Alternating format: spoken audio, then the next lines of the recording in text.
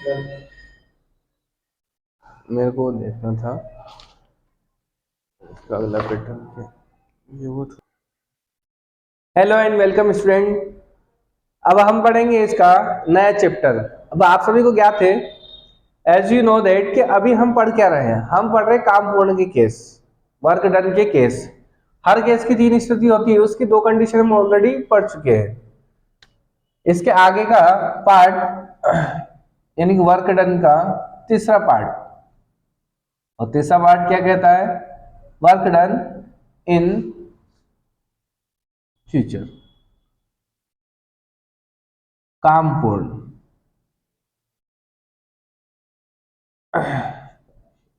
जैसे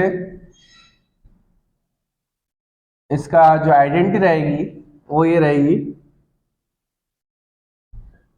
चुका होगा, चुकी होंगी एंड चुके होंगे, इस टाइप से sentence. It's not very important part of spoken English classes. Spoken English का इतना इंपॉर्टेंट पार्ट नहीं है। कभी कभी रेयर केस में ऐसे सेंटेंस यूज होते हैं, बट चूंकि हम पढ़ रहे हैं one by one, one two one, you कह सके स्टेप बाय स्टेप, इसलिए इस क्लास को भी हम पढ़ा रहे हैं। अदरवाइज ये इतनी इंपॉर्टेंट क्लास नहीं है स्पोकन इंग्लिश में, क्योंकि बहुत कम रेयर केस में हम ऐसा सेंटेंस बोलने में हमारे पास आते हैं। ओके, सो पॉजिटिव केस जब हम इसका पढ़ेंगे तो हम आई विल, देन हैव, और हैव के बाद एक्शन का थर्ड फॉर्म। देखो एक यहाँ पर एक परमानेंट रूल याद रखना आप, कि अगर आप हैव का यूज कर रहे हो और उसके बाद अगर एक्शन आती है तो हमेशा हमेशा क्या यूज होगा? एक्शन का थर्ड फॉर्म यूज होगा। परमानेंट रूल है, हमेशा एक्शन का थर्ड फॉर्म यूज होगा। इन नेगेटिव केसेस,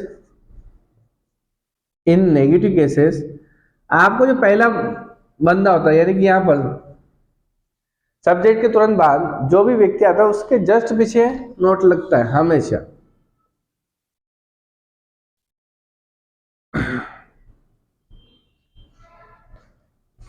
कंफर्मेशन क्या कहता है हमारा?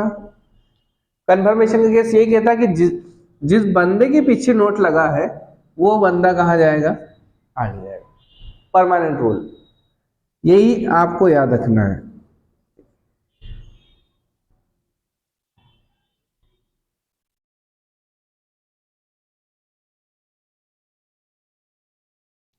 ओके, सो हम पढ़ रहे हैं वर्क डन की क्लासेस। वर्क डन में क्या देखा हमने? पहला पार्ट जब देखा तो वर्क डन जब प्रेजेंट कंडीशन में था तब उसमें हमने हैज हैव का यूज करा था और एक्शन का थर्ड फॉर्म यूज करा था।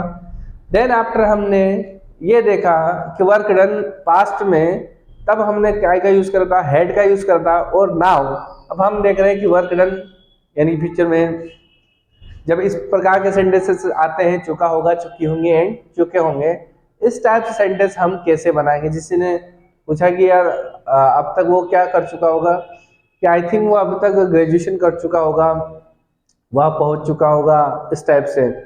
वो पहुंच चुका होगा, किसने बोला कि राम पहुंच चुका होगा? हाँ, राम पहुंच चुका होगा। सो इस टाइप से जो सेंटेंस है हम यूज करते हैं। तो ज्यादा डिटेल में ना जाते हुए सीधे चलते हैं एग्जाम्पल पर।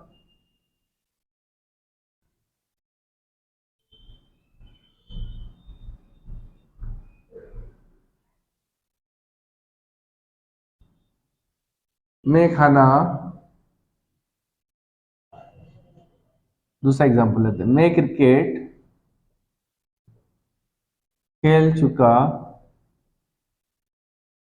होऊंगा। So I, then will, then have, then played, play का third form, then cricket. I will have played cricket. वह क्रिकेट खेल चुका होगा।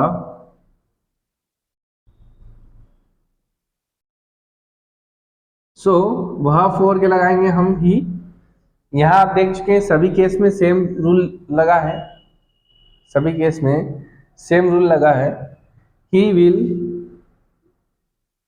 Have played cricket. ठीक है। सो ओवरऑल क्या कहना चाहते हैं हम? ओवरऑल हम ये कहना चाहते हैं कि हम जो केस पढ़ रहे चुका होगा चुकी होगा, जब काम आपका भविष्य में पूर्ण हो चुका होगा, उस केस में सभी लोगों के साथ विल हैव का यूज किया गया। अब अभी तक हम ये देख रहे थे कि हमारे पास जो टाइम वर्ड है, यानी कि सब्जेक्ट और एक्शन के बीच में हमेशा एक बंदा आ रहा था, ये आपने पुरानी क्लासों में देखा होगा। बट यहाँ थोड़ा सा बदलाव हुआ है। क्या बदलाव हुआ कि यहाँ पर दो बंदे आ गए, विल हैव आ गए। तो ऐसे केस में हम नेगेटिव कैसे बनाएंगे? ऐसे केस में अगर हमारे पास दो हो या तीन बंदे या चार बंदे को कितने भी हो, हमको ओवरऑल जो पहला बंदा रहेगा सब्जेक्ट लाइन की जस्ट पीछे दूसरे नंबर पर, उसी के पीछे के लगाना है हमको नोट लगाना। और जब हम कंफर्मेशन बनाएंगे तो ये परमानेंट रूल है कि जिसके पीछे नोट लगता है, अभी यहाँ नोट किसके पीछे लगा हुआ है? विल के पीछे नोट लगा हुआ है, तो ये विल ही कहाँ जाएगा? हमारा आगे जाएगा। ठीक है, ये याद रखना है। थोड़ा सा कंफ्यूजन स्टूडेंट को हो सकता है, एक बार मैं हाईलाइट कर देता हूं। देखो, अगर आपने एक चीज भी मिस कर दी, एक चीज भी मिस कर दी, यानी कि जब आपने सेंटेंस बनाते समय अगर यहां से हैव को हटा दिया, यहां से अगर आपने हैव को हटा दिया, तो यह अर्थ का अनर्थ हो जाएगा। क्या हो जाएगा अर्थ का अनर्थ? कैसे कि विल, यू, आई और इसके बाद एक्शन का धर्म, ऐसा नेवर, यानी कि कभी नहीं होता है। विल के बाद, ओनली विल के बाद एक्शन का धर्म कभी नहीं आता है। अब ये केस बन गया कहाँ का? गागी का केस बन गया। लेकिन गागी के केस में भी ये एक्शन कौन सा फॉर्म बनेगा? फर्स्ट फॉर्म बनेगा। क्या तुम यहाँ आओगे, क्या तुम सोगे, वो वाला केस बन गया। इसलिए याद रखें, बनाते समय बिल्कुल भी गलती ना करें। यहाँ पे लगेगा हमारे पास हैव और देन एक्शन का कौन सा फॉर्म लगेगा? थर्ड फॉर्म लगेगा। तब हम कंफर्मेशन बनाएंगे। क्या बनाएंगे कंफर्मेशन?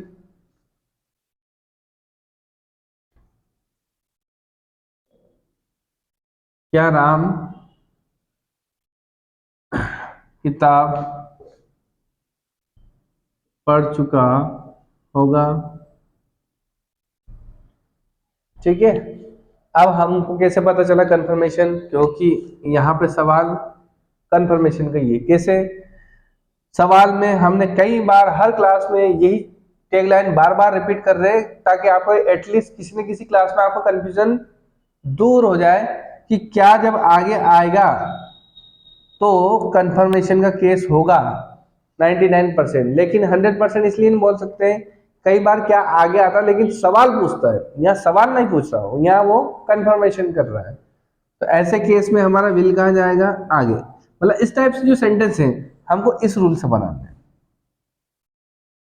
इस टाइप से जो सेंटेंस है हमको इस रूल से बनाना है। ये रूल क्या कहता है? पहले नंबर पर विल, फिर देन काम करने वाला। काम करने वाला कौन है? राम। काम करने वाले के बाद में किसको रखा है? हैव को।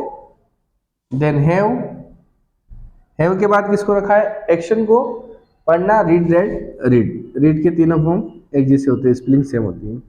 देन क्या? बुक। और पीछे क्या है? क्वेश्चन। ओके। ये हम बिल्कुल, इसमें और भी चीजें होती है जैसे आर्टिकल्स होते हैं, बट हम पहले ये पढ़ा रहे हैं कि सबसे पहले एटलीस्ट बनाना तो सीखे, फिर देखेंगे कि इसमें आर्टिकल कहाँ कहाँ इंप्लीमेंट होंगे। एटलीस्ट हम उसका पैटर्न सीखे, एटलीस्ट हम उसको छोटे मोटे टाइप से सेंटेंस बनाना सीखे। ऐसा तो होता नहीं है कि हम पहली बार में ही सब कुछ सीख जाएंगे। एटलीस्ट पहले उसका पैटर्न समझे कि ऐसे केस में इस टाइप से सेंटेंस बनते हैं। एक आध एग्जाम्पल बोल।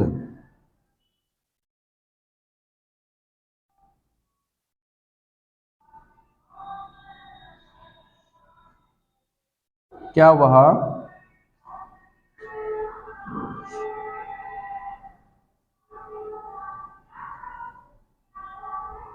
आ चुका होगा,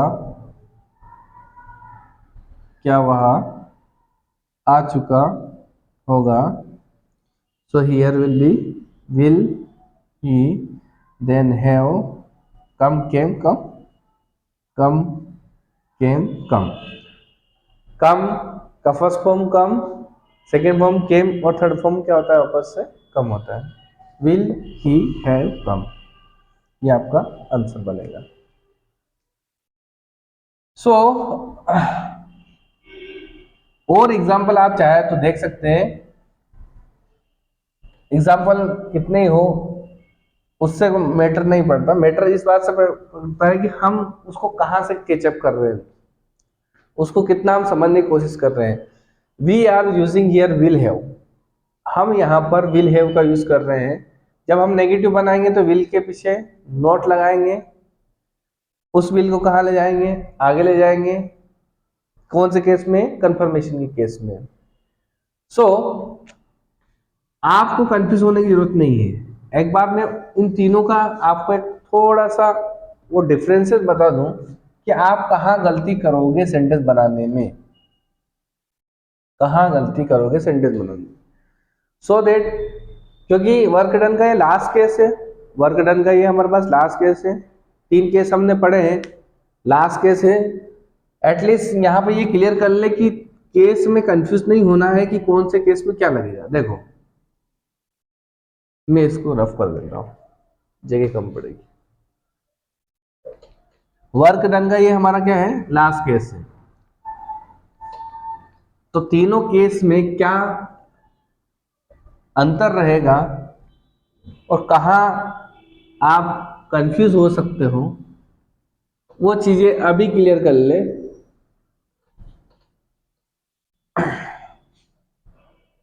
देखो हम केस पढ़ रहे हैं वर्क डन का, किसका, जब हमारा वर्क यानी एक्शन क्या हो गई हमारे पास, कंप्लीट हो गई। जब हमारे पास एक्शन क्या हो गई, कंप्लीट हो गई। जब एक्शन क्या हमारे पास हो गई, कंप्लीट हो गई। जब इसमें पहला केस हमने पढ़ा था तब हमारी एक्शन काय में कंप्लीट होती है, प्रेजेंट केस में। इसकी जो आइडेंटिटी थी वो ये थी,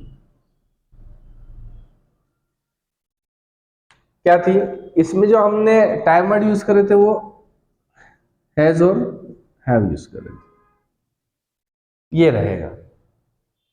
इन तीनों में जो कॉमन चीज है, मैं यहाँ सर्कल बना रहा हूं ऊपर, देखो डायग्राम के माध्यम से समझने की कोशिश करो, शायद तुमको बहुत अच्छे समझ में आ जाए। इन तीनों में जो कॉमन चीज है वो है एक्शन का थर्ड फॉर्म में। यानी कि वर्क डन अगर आज की कंडीशन में होगा तो भी इसमें थर्ड फॉर्म लगेगा, अगर वर्क डन पास्ट की कंडीशन में होगा तो भी इसमें थर्ड फॉर्म लगेगा। और इसका टाइम वर्ड बहुत सिंपल है, हैड है। इसमें और इसमें एक शब्द का बदलाव है, चुका था और चुकी थी, साथ ही का डिफरेंस है। कहाँ डिफरेंस आ रहा है ये चीज आप देखें, इतनी गहराई में एक्सप्लेन कर रहा हूं, शायद कहीं नहीं मिलेगी ये चीज। क्या है, जब चुका है का केस है तब हैज हैव का यूज करा हमने, जब काम पूर्ण काल में हुआ प्रेजेंट केस में हुआ। यहाँ चुका था चुकी थी का यूज हो गया तो केस हमारा कहाँ चला गया, पास्ट का। ऐसे केस में हमने किसको यूज करा, हैड को यूज करा। और जब हमारा केस कहाँ गया, फ्यूचर के केस में, तब हमारे पास ये केस बना, चुका होगा, चुकी होगी। देखो आप थोड़ा सा अकल वाला यूज करना हमको कि हम ओवरऑल एक्शन का थर्ड फॉर्म क्यों लगा रहे हैं। एक चीज सब में कॉमन है, क्या, एक्शन। ऐसे ही हिंदी में भी एक चीज सब में कॉमन है, क्या, चुका। ऐसे हिंदी में भी क्या चीज कॉमन है, चुका। चुका का मतलब ये है कि हो गया, और हो गया मतलब एक्शन का कौन सा फॉर्म यूज होगा, थर्ड फॉर्म यूज होगा। और यहां क्या यूज करा हमने, विल हैव। तो ये तीनों क्लासेस हमारी काय की थी, काम पूर्ण की क्लासेस थी। ये तीनों क्लासेस हमारी काम पूर्ण की थी।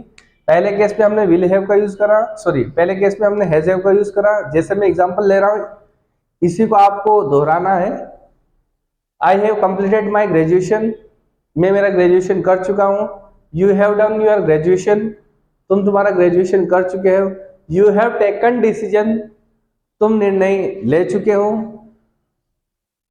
वह आ चुका है, he has come. He has slept, slept मतलब सोना, वह सो चुका है। ही हैज टेकन फूड, और भी बहुत सारे example. We have taken decision, we have change the dress, हम कपड़े बदल चुके हैं। वी हैव टेकन डिसीजन, हम निर्णय ले चुके हैं। जब इस पे हम बनाएंगे, ही हैड ईटन फूड, वह खाना खा चुका है। ही हैड प्लेड क्रिकेट, वह क्रिकेट खेल चुका है। वी हैड गिवन मनी, हम पैसे दे चुके थे। वी हैड बुक्ड टिकट, हम टिकट बुक कर चुके थे। We checked 2 times, we had checked 2 times, हम 2 बार चेक कर चुके थे। जब हम इस पे बात करेंगे, he will have taken, he will have checked 2 times, उसने 2 बार चेक कर लिया था। he will have booked ticket, और he will have played cricket, we will have played cricket, हम क्रिकेट खेल चुके होंगे। we will have slept, हम सो चुके होंगे।